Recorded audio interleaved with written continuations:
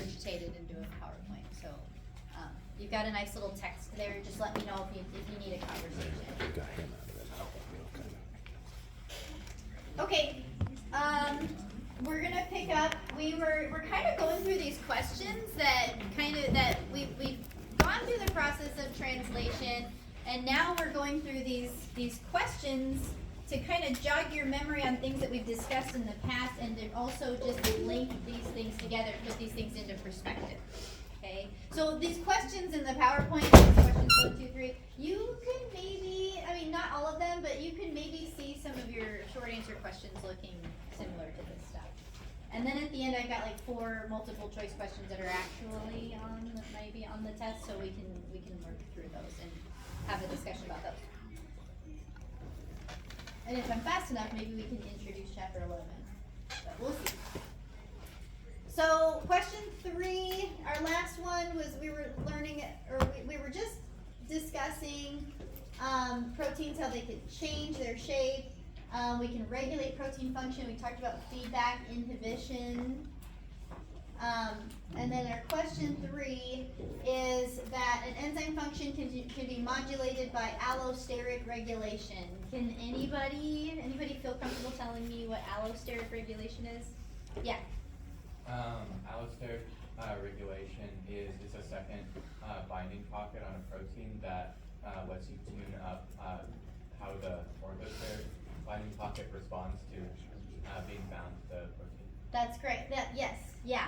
So there's, enzymes out. They have their active site, and so there's a separate pocket that's bound and can change the shape of the protein. So there are a couple of ways to do. So there are, that's the picture that we have for enzymes a lot of the time. But there's another picture that we're gonna think about now too. So an allosteric regulation is really like it's really just binding anywhere on the protein that regulates its function, and for enzymes specifically, it's outside of the active site. So we saw some G proteins in our translation machinery, and those are something that can be allosteric regulators. So there are lots of proteins that are regulated by having GTP or GDP bound.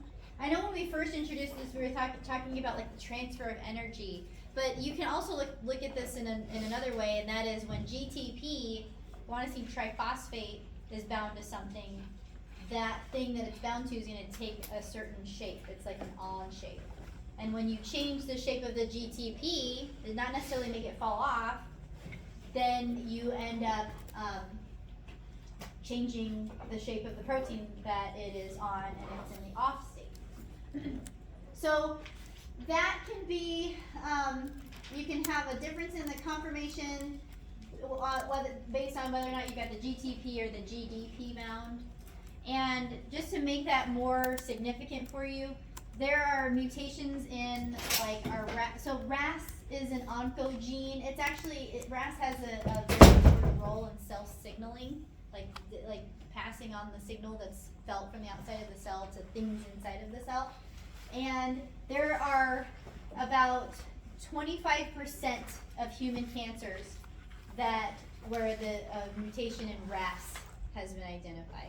So like the KRAS mouse, I think I've mentioned in here, if you put a RAS mutation into a mouse, they will spontaneously have pancreatic cancer.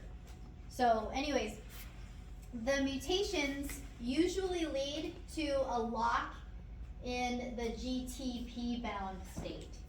So they don't even hydrolyze it. They just stay attached to GTP, and then RAS is always on. It's never switched off.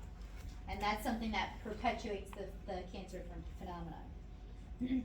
So it's continuous cell signaling. All right, so another question. So during translation, several protein factors have GTP bound to the proteins. As the protein factor carries out its function, the GTP is hydrolyzed to GDP. So taking us back to the beginning of this lecture, can you name actually 3 translation factors that bind GTP? And then can you describe the purpose of the GTP hydrolysis, or what the function is of that binding? So there are two initiation factors. Can anybody remember them? That was right. EIF2. EIF2. And what is EIF2 doing? It's binding it to the subunit, the 40S subunit. It's the EIF2 is the GTP bound protein that binds the first tRNA carrying the Yeah. methionine. Right? The first ATP that's F methionine. Okay, there's another one. Can anybody remember this one's like this is one I had to actually look up for. 4G. 4G, 4F. There's like, there's just numbers after the EIF. This one's a hard one, but do you remember EIF5B? Oh, that's fine. EIF5B was in the picture where let me jump back. I'm gonna go back to the picture. Oh, yeah. Okay. It binds a 60 subunit. Not the prokaryote.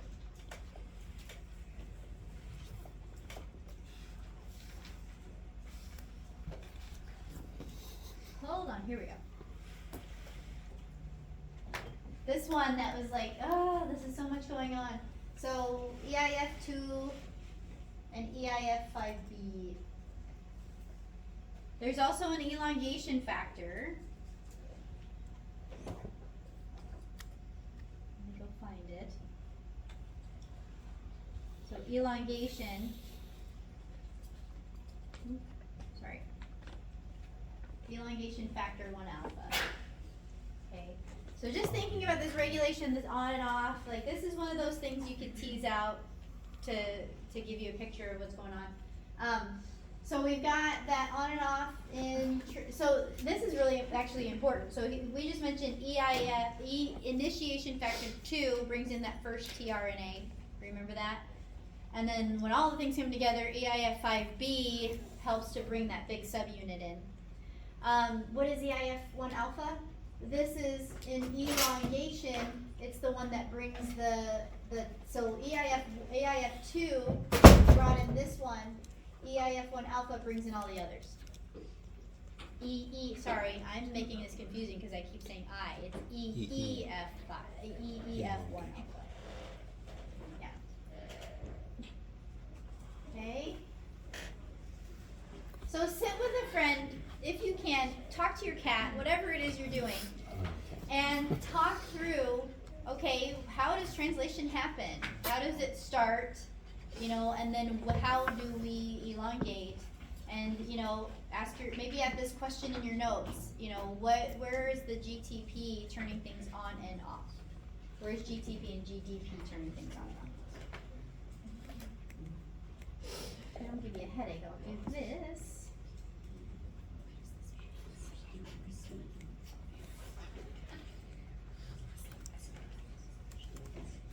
So play around with this question, try to name one translation factor, okay, and then, would you characterize the role of GTP in these scenarios as allosteric? Is it allosterically regulating? We just saw the picture of the EIF1 alpha going from that like closed state to an open state. So there's a change in conformation in that, okay? Does that make sense? Any questions about it? We're allosterically regulating something. We're putting something on the protein. We're changing the shape of it. It's another way to describe it. All right, so another thing that you can do to change the shape or just change the reactivity or the whatever of the protein is to phosphorylate it. So you've seen these before probably, but we have protein kinases that are the phosphate adders. And then we have protein phosphatases that are the phosphate removers. So here's a typical chemical reaction down here. We've got a serine. What is that? That's an amino acid linked in a polypeptide chain in a protein. And so there are serine, threonine kinases. So what are these are enzymes that recognize these amino acids, and they take a phosphate off of ATP and they put it on that amino acid. So phosphorylated serine. Every reaction is reversible, so this could be an on switch So we always want to be able to turn things off, right? That's the problem with RAS. You can't turn it off, we get cancer. So the off is the serine threonine phosphatase. The phosphatase is the remover. So if you have something locked in your memory now, and that's kinases add phosphates, phosphatases take them off. Okay? So I give you, just to put this in perspective, the EGF receptor is actually a different amino acid. It's a tyrosine kinase receptor. And in cancer, sometimes what happens is there's no ability to remove the phosphate. So when we put a phosphate, when it gets phosphorylated upon binding its ligand, it signals the mechanism of cell division, right? It tells the cell to divide. If the phosphatase isn't doing its job of turning it off, then we just have this continuous signaling, this continuous signal for cell division, and the hallmark of cancer is we're growing too much, right? Too much cell division. There's also phosphorylation cascades where this is coming into play. I just mentioned the EGF receptor, how it's a receptor that gets phosphorylated at the surface. But the phosphorylation cascades are often ones where you have phosphorylation of something at the surface, and that leads to the phosphorylation of many other things, and that's the transduction of the signal. That's how the signal is being passed, is by turning on these kinases to put these phosphates on a certain one. And there's lots of different ones that you can turn on with this type of change and get a specific signal. So this one right here, we have the epinephrine binding its receptor. It actually releases adenylyl cyclase that makes cyclic AMP. We're not at the phosphate yet, but once we have our cyclic AMP dependent protein kinase turned on, then we get the phosphorylation of this little blue protein. That blue protein is the kinase that phosphorylates the purple protein, and the purple protein is the kinase that phosphorylates this to give us take glycogen, cut off the glucose to give us glucose 1-phosphate. So again, it's just changing the shape of something and turning it on and passing a signal and all that. So then it's a phosphate group. What is a phosphate group? POO, lots of negative charges, right? All right, so there's other modifications listed here. We've mentioned, and just with that in our minds right now, thinking about changing the shape of a protein or changing the shape of a molecule, these are some good ones. So acetylation of lysine is one to change the lysine shape. Here's the acetyl group added to the lysine side chain. You got methylation of lysines and arginines. We kind of mentioned these things in the methylations and that we were talking about those histones and chromatin. Nitrosylation we haven't mentioned, but that's a common modification of cysteine. And then glycosylation, also, we've already talked about phosphorylation, but there's also glycosylation, which is like putting sugars on the serine and the threonine. So lots of different ways. You know, you've got your translation, and then you can make even more changes to change the shape of the protein and the function. All right, another post-translational modification that can happen is ubiquitin addition. We're bringing this in here now because ubiquitin, there's like two things that can happen with it. One is ubiquitin, that ubiquitin moiety, that can actually lead to degradation. We'll talk about next. But you can also just put on a single ubiquitin and same thing. It'll change the shape of the protein. It can be an on and off switch, or it can tell it to do something. Okay, so some are regulated by the covalent attachment of this polypeptide. The polypeptide is it's ubiquitin or sumo. Sumo, it looks very similar to this little polypeptide, but there's a few little differences in it. But the process of putting these small chunks of protein on these things is called ubiquitination or sumoylation. These great fun words to say. Okay? So ubiquitination is actually another regulation of some protein kinases. So you see there's like connection, everything's interconnected, right? So you can ubiquitinate a protein kinase to turn it on and off, and then propagate more phosphorylation and all that stuff. There's also proteins that are involved in DNA repair that are regulated this way. Some vesicle trafficking, so moving vesicles from the Golgi, the ER to the trans Golgi and so on can be regulated by ubiquitin. And then of course I mentioned protein degradation can happen. So let's look at the addition. So we have these E proteins, E1 and E2. So in this cascade, what you're seeing is the E1 protein receives a ubiquitin. It is an ATP dependent process because we're taking two simple things and making them come together. And this will actually lead to the transfer of ubiquitin to E2. E2 and E3 come together when E2 adopts the correct shape. Why did it get the correct shape? Because it has the ubiquitin added. Yeah. So then they can come together. And then E3 is actually the target protein that it's binding it. So E3 has some specificity for a specific protein in the cell at a given time. And so then this enzyme is the ubiquitinating enzyme, and it adds the ubiquitin to that protein. So some amino acid side chain just got a ubiquitin added to it.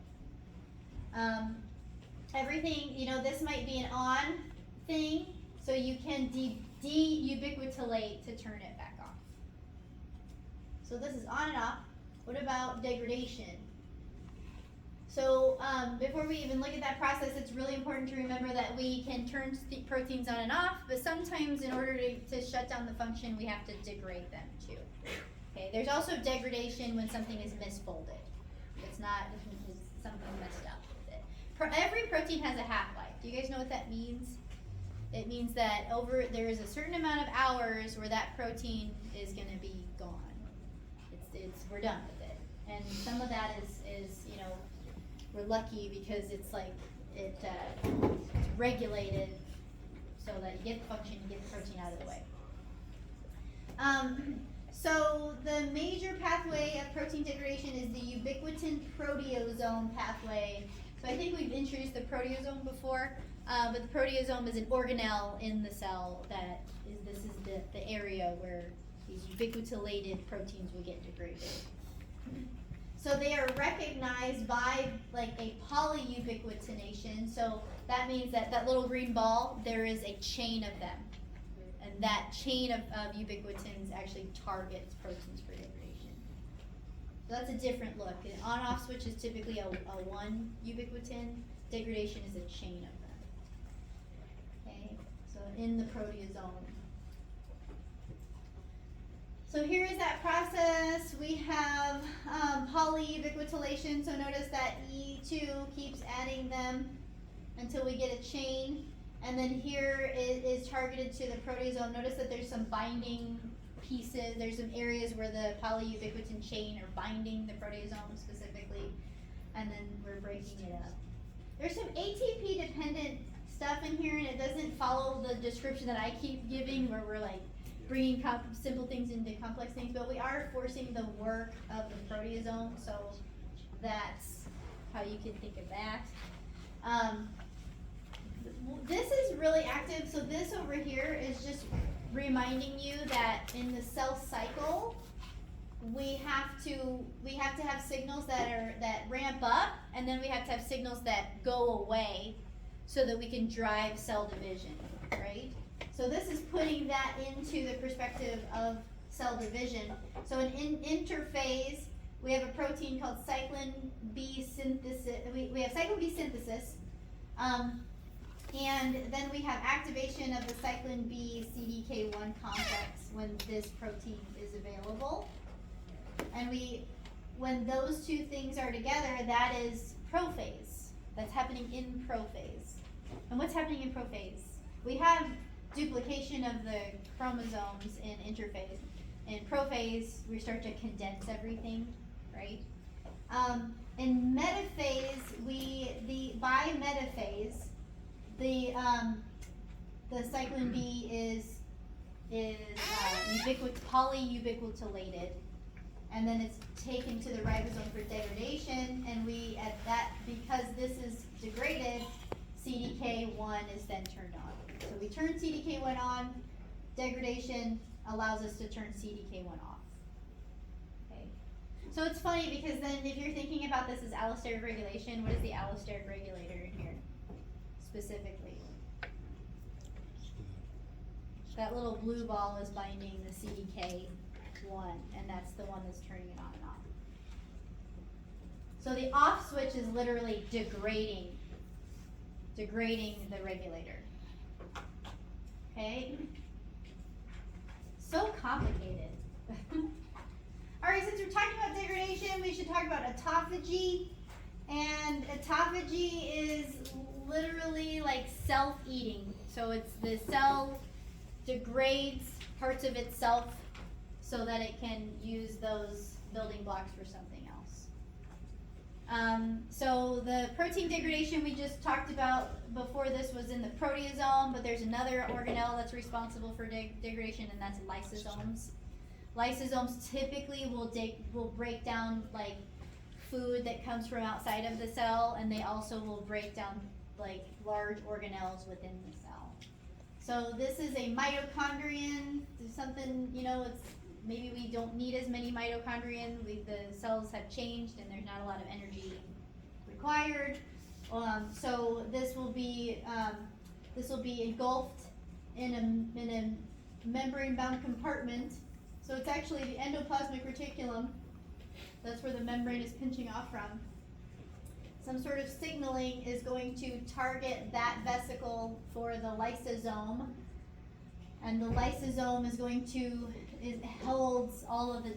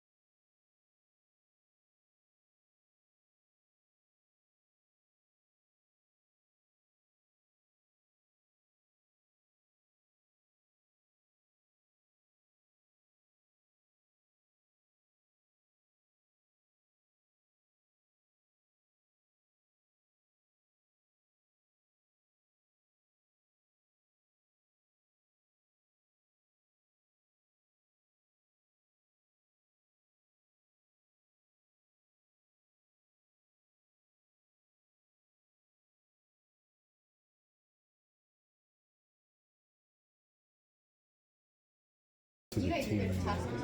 My other classes I have are really cool. Because it's still attached to the P site in the ribosome. Yeah. This is true. I think you're right. I think it's C. Because elongation is the APE. Yep, that's A. So yeah. They're not. They're just for us while we're here talking. She said these questions are going to be on the test. All right, Good, I let's might talk actually about this. pass it. This is a little detail that we didn't spend enough time talking about in elongation, right? So we're talking about the ribosome, and we have the E, the P, and the A sites, right? So the question is asking the amino acid peptide chain of the protein that's being synthesized, where is it usually held at? The P So we site. start off with the F-methionine tRNA sitting in the P site, and then we bring in another one. There's translocation, and we actually transfer the peptide to that other tRNA. But where is it usually? So it's usually attached during elongation. It's attached to a tRNA, right? You agree with that? Yeah. All right. So where is it like most of the time going to be at? P site. Because the catalysis happens within the P site. To catalyze the next amino acid on the chain, it's happening in the P site. It's kind of happening during translocation. Okay, so we didn't really talk about that space and time movement. So what do you think it is? Is it A, B, C, D, or E? C. I heard one. Can I hear over here? Do you guys what do you think it is? A, B, C, D. What? B. B?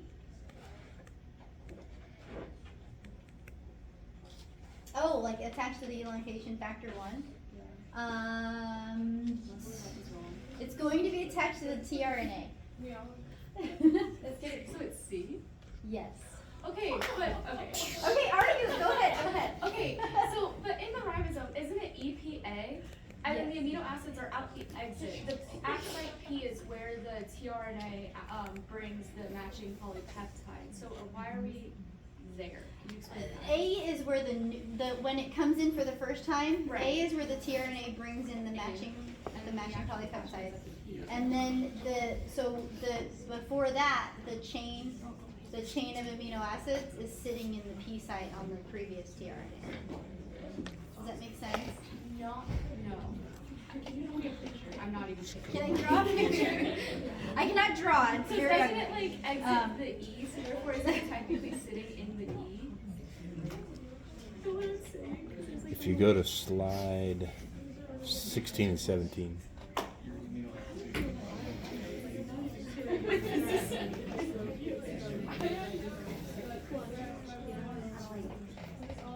Well, let's look at this one actually where the termination's happening. So she's So here's the sites, right? So here is the polypeptide chain in here. So it's sitting on the tRNA that's in, this is at the end, of course, but right now we see it sitting on the tRNA that's in the P site. Okay, so before that,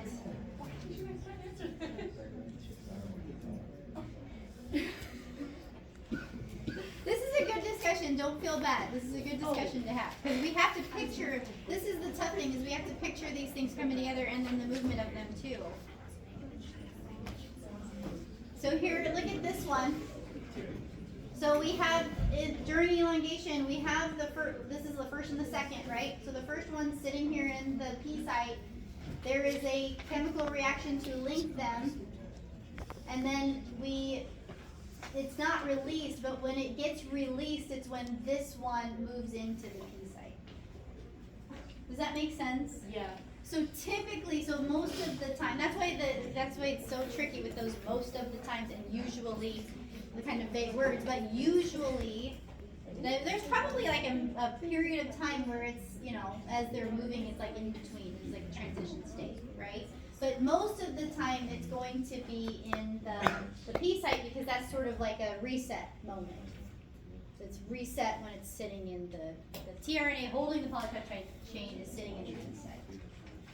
Does that make sense, guys? Okay. absolutely. Bless you. All right, we'll take our time with this. We will push nucleus off to Monday.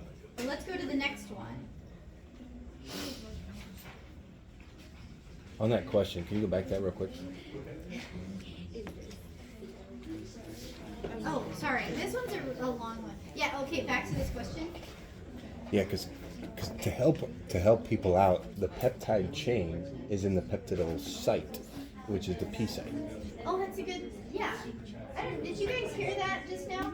This is a really good way to think about it too. So it's the peptide chain is in it match the P's. So the peptide chain is in the P site. Peptidyl site. That's kind of why it's named that Mm-hmm. too. Yeah. be a tricky one. It really is kind of. All right, what about this one? Whoa. So which of the following describes, I know this is so wordy, but which of the following describes how the initiation of translation begins in prokaryotes? We spent so much time looking at the eukaryotes, so jump back in your slides, go look at the prokaryotes. I'm going to leave the question up here. And figure out which one is the right answer. Because he's got the 30S on there.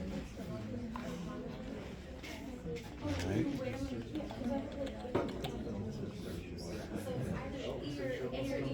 Let's see. Wait, actually, no, I How big are the subunits for the prokaryote? 30S. Something to ask yourself.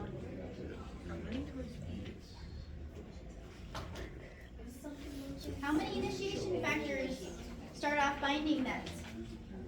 What are we starting with in the prokaryote? The IF3, the IF1, and then you have the IF2 that's attached to the transfer RNA. except for B, so you can eliminate B and D. To the shin side of every. But I'm pretty sure it's not 7 base pairs or whatever. It sounds Here you got the slide. How you did that? Or were you just right there? Yeah, it's because I haven't memorized it. I've been working on this. That's how I found out. And this one, the PABP, poly A binding protein, just disappears. So she said, send me an email so you know what happened. And I said, okay. It's gone out of the slide.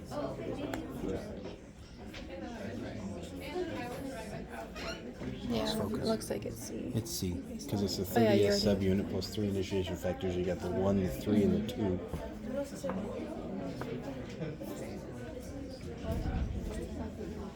And if you look, it says it's about 7. So there's, if you look at the slide, it's about 7 base pairs. So the conversation I'm hearing happening kind of over in here is like, where does it everything link up first? Is it right on the AUG? Does it start right on the AUG? Can anybody answer that? Mm-mm. It doesn't have to, it doesn't. It has to translocate to that spot. So what's the answer? A, B, C, C. C. How do we feel about that? Pretty confident. I mean, I'm happy. Like, it's a good idea to be like, I don't get it right now. This is the time to do that. Okay. So it's definitely not the 12 initiation factors because where's that happening? Is it in the prokaryote? That's No. a eukaryote. It's the eukaryote. Yeah. Yeah. The Scheindel-Garno sequence. We keep throwing that out there. We don't spend enough time like looking at pictures of it, but the Scheindel-Garno sequence is that it's a initiation site, and so yeah. Well, it can't be A because the 50S subunit. The 50S is the wrong size, Yeah, right? that's the top of it. And we can't, this one's tricky here. E. So the 3 initiation factors bind to the Scheindel-Garno sequence far from the AUG start codon and then interact with the ribosome through a mediator complex. What's wrong with that one? There's no mediator. Where's the mediator complex at? That's in the Transcription. yeah. Yeah. All right. Okay, there's 2 minutes left. Let's jump to the next one. This one's a little bit easier. So in translation, mRNAs are run in the blank to blank direction, and polypeptide chains are synthesized from what end? That's Which one 5 do you to think that 3 and amino to carboxyl. 7-methylguanosine cap is on which side? See, I'll show you right here. Boom.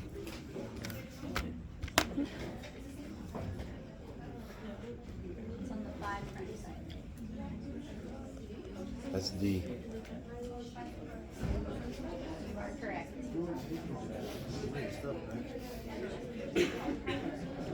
How do we read our protein? C to A or A to C? Well, air conditioning sounds good. AC. So it is C. C is the answer, right? No, 3' D. to 5' amino to carboxyl.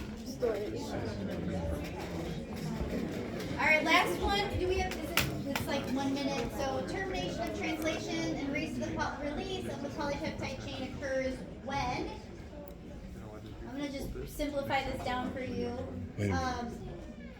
Termination of translation. Release from the polypeptide chain occurs when.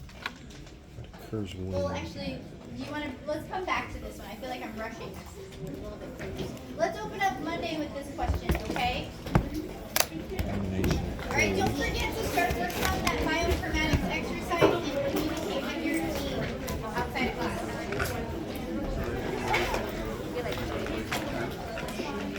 Oh, I'm gonna stop.